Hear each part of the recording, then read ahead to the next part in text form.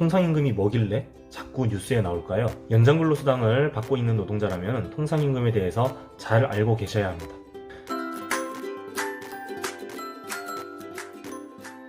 안녕하세요, 김학영 노무사입니다. 먼저 통상임금이 왜 자꾸 말이 많은지 간단한 월급 예시를 보면서 알아보겠습니다. 그리고 나서 13년 말에 있었던 통상임금 관련 전원합의체 판결 알아보고요. 최근에 있었던 핫한 판결, 특정 시점 재직자 요건에 대해서도 알아보도록 하겠습니다. 먼저 통상임금과 연장근로수당의 관계에 대해서 알아보겠습니다. 1일 8시간, 일주 40시간 일하는 노동자의 경우 한 달 소정근로시간은 209시간입니다. 연장근로도 만약에 하루에 2시간씩 한다면 일주일에 10시간이 되고 한 달에는 43.45시간을 하게 됩니다. 그리고 기본급을 209만원 받는다라고 하면 통상임금 계산은 이렇게 간단하죠?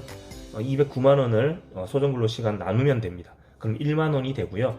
통상임금 계산할 때 연장근로시간이랑 연장근로수당은 고려할 필요가 없습니다. 그래서 그냥 209만원을 209시간으로 나누면 되는 거예요.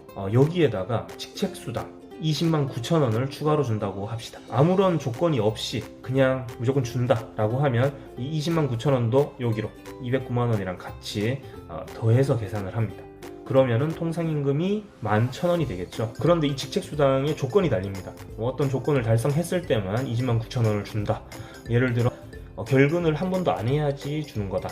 이런 조건이 달리면은 여기에서 빠집니다. 그러면 여전히 한 달 월급은 209만원 더하기 20만 9천원이지만 통상임금 계산할 때는 이 20만 9천원이 빠져서 통상임금이 여전히 1만원이 될 수 있다는 거예요. 정리하자면 직책수당의 조건이 달리느냐 안 달리느냐에 따라서 통상임금이 만원일 수도 있고 11,000원일 수도 있습니다. 통상임금이 이렇게 1,000원이 차이가 나면 뭐 어쩌라고? 무슨 상관이죠? 연장근로수당이 차이가 납니다. 왜냐하면 연장근로수당은 통상임금으로 계산하기 때문이죠. 1만원일 경우에는 연장근로수당 계산하면 이렇게 65만원, 11,000원일 경우에는 이렇게 71만원, 약 6만 5천원 차이가 나죠. 직책수당이 통상임금에 포함되지 않는다라고 판단해서 이렇게 연장근로수당을 65만원을 만약에 줬습니다. 그런데 나중에 법원에 갔더니 이 통상임금 맞다 이렇게 판결이 나는 거예요. 그러면은 매달 6만 5천원씩 체불이 되는 겁니다. 연장근로수당을 71만원 줬어야 됐는데 65만원밖에 안 준 거죠. 3년치에 하면 234만원, 직원이 50명이라고 하면 1억 1천만원이 체불이 된 거죠. 연장근로를 많이 하는 사업장은 이렇게 통상임금에 따라서 연장근로수당이 크게 차이가 나기 때문에 통상임금이 자꾸 뉴스에 나오는 겁니다. 갑자기 판결이 나오면서 회사가 뭐 몇백억을 뱉어내게 생겼네, 회사가 망하네 마네, 뭐 이런 얘기를 하는 거죠. 다음은 통상임금 관련해서 가장 유명한 판례, 13년 12월 18일에 있었던 가부로토텍 전원합의체 판결을 먼저 복습해 보도록 하겠습니다. 왜 이 판결이 유명할까요? 이 판결이 나오기 전에도 기존 판례와 다른 판단을 하는 그런 판결들이 많이 나오고 있었습니다. 그러나 그럴 때마다 대법원이 과거에 판단한 건 다 잘못한 거다, 앞으로는 이렇게 판단하는 게 맞다, 이런 식으로 반성하면서 뭐 정정하거나 그러진 않습니다. 그냥 사실관계에 따라 이렇게도 보고 저렇게도 본다, 다른 사건이다, 그렇게 보는 거죠. 그런데 그런 식으로 판례가 쌓여가다 보면은 대법원이 전원합의체 판결로 판례를 변경합니다. 이거는 다른 사건이다 이 정도 수준이 아니라 기존 판단과 앞으로는 다르게 판단하겠다, 판례를 변경하는 거예요. 그래서 13년 말에 통상임금 관련하여 정기성, 일률성, 고정성에 대해서 개념을 재정립하고 신의성실의 원칙에 대해서도 굉장히 예외적인 판결을 하게 됩니다. 정기성 관련해서는 기존에는 매월 지급되지 않으면 통상임금이 아닙니다. 그러나 이제는 1개월을 초과하는 기간마다 지급되더라도 통상임금에 해당할 수 있습니다. 일률성 관련해서도 모든 노동자에게 다 지급되지 않더라도 일정한 조건을 충족한 노동자에게만 지급되더라도 일률적으로 지급되고 있다라고 보는 거죠. 고정성 관련해서도 조건 없이 당연히 지급될 것으로 확정돼 있는 것만 통상임금이다, 이렇게 판결을 하였습니다. 이 정기성, 일률성, 고정성 세 가지를 다 충족해야지 통상임금에 해당하는 거예요. 이때 고정성 관련해서 한 두 가지가 크게 화두가 되었습니다. 근무일수 조건, 그리고 특정 시점 재직자 조건. 근무일수 조건은 간단합니다. 한 달에 20일 이상 일해야지 준다 라고 하면 이거 조건이 있는 거예요, 없는 거예요? 20일 누구나 웬만하면은 결국 많이 하지 않는 이상 20일 충족하죠. 그러나 어쨌든 20일 안 할 수도 있으니까, 그럴 가능성이 조금은 있으니까 이거 사전에 확정돼 있는 게 아니다, 조건이 있는 거다 라고 해서 20일 이상 일한 사람에게만 준다 라고 하면은 이건 통상임금이 아닌 거예요. 그리고 특정 시점 재직자 조건도 추석에 재직하고 있는 사람에게만 추석 상여금 준다 라고 하면 이것도 추석에 내가 일하고 있을지 아닐지 지금 상황에서는 확실하지 않죠. 그러면은 이 조건이 있다 라고 해서 통사임금이 아니다, 이렇게 보는 거죠. 간단하죠?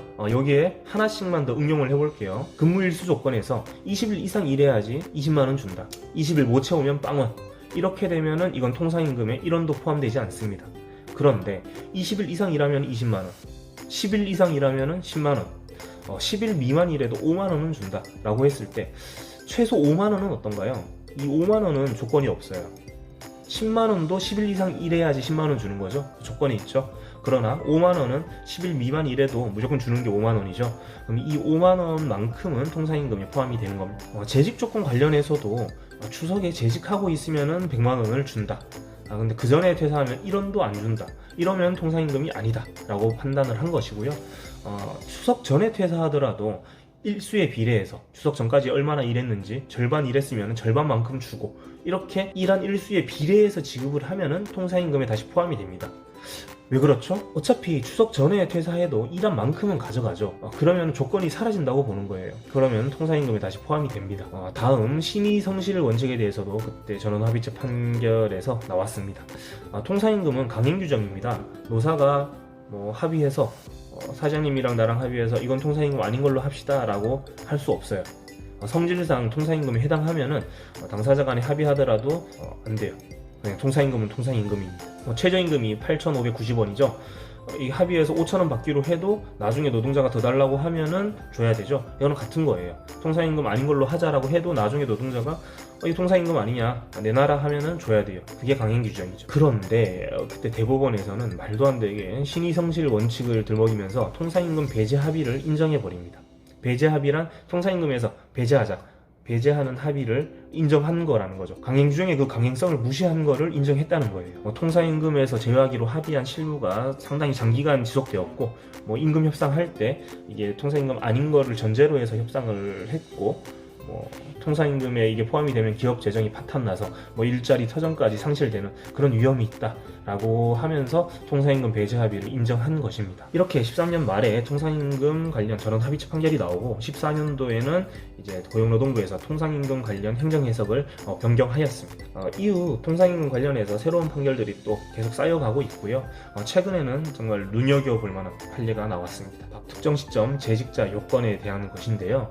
서울고등법원 2심에서 새로운 판결을 했습니다. 정말 합리적인 것 같아요. 큰 파장이 예상됩니다. 왜냐하면 통상임금 행정해석이 새로 나오고 나서 통상임금에서 배제하는 합의를 하는 건 위험해요. 신의성실 원칙으로 배제 합의가 인정될 수도 있지만 원칙적으로는 통상임금의 강행성이 인정이 됩니다. 당사자 간에 이거 뺀다 하더라도 통상임금에서 빠지는 게 아니에요. 그럼 어떻게 빼야 되죠? 가장 만만한 게 이 특정 시점 재직자 요건이었어요. 상여금을 통상임금에서 빼고 싶다. 그러면은 이 상여금의 조건을 달면 됩니다. 상여금을 6월 1일에 재직하고 있는 사람에게만 지급한다. 그때 재직 안 하고 있는 사람은 못 준다. 이렇게 하면은 조건이 달려서 통상임금에서 빠지죠. 그래서 제일 만만한 게 근무일수 조건 그리고 특정 시점 재직자 요건, 이 두 개예요. 그래서 실무에서 많이 사용됐습니다. 통상임금에서 빼는 방법으로. 그런데 이 서울고등법원에서 이 재직 요건 자체가 무효라는 판단을 했습니다. 이미 발생한 정기상여금을 특정 시점에 재직하고 있는 사람에게만 지급한다라는 것 자체가 무효라는 거예요. 이게 무효라면은 그 전에 퇴사한 사람들에게도 발생한 만큼의 정기상여금을 줘야 되는 거죠.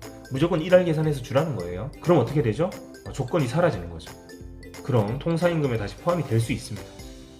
그러면 처음에 예시를 들었듯이 통상임금이 1만 원이었는데 1만 1,000원이 되는 것처럼 정기상여금 비중이 높으면 높을수록 통상임금이 만 원이었는데 15,000원으로 바뀐다거나 이런 가능성이 있는 거예요. 이 사건이 지금 대법원 전원 합의체에 회부되어 있습니다. 궁금하네요. 어떻게 결과가 나올지. 그러나 유사한 건에 대해서 최근에 좀 노동자에게 안 좋게 판결이 나온 게 있어서 크게 기대하기는 어렵지만 어쨌든 만약에 2심 판결을 유지하게 되면은 이건 13년 말 그 통상임금 전원 합의체 판결만큼 센세이션 할 수 있습니다. 많은 사업장에서 특정 시점 재직자 요건을 달고 통상임금성을 부정해 오고 있기 때문이죠. 큰 사업장은 뭐 몇십억, 몇백억 체불임금이 빵빵 터질 수 있습니다. 네, 오늘은 통상임금에 대해서 알아봤습니다. 영상이 도움이 되었다면 구독과 좋아요 부탁드립니다. 그럼 다음 시간에 또 만나요. 안녕.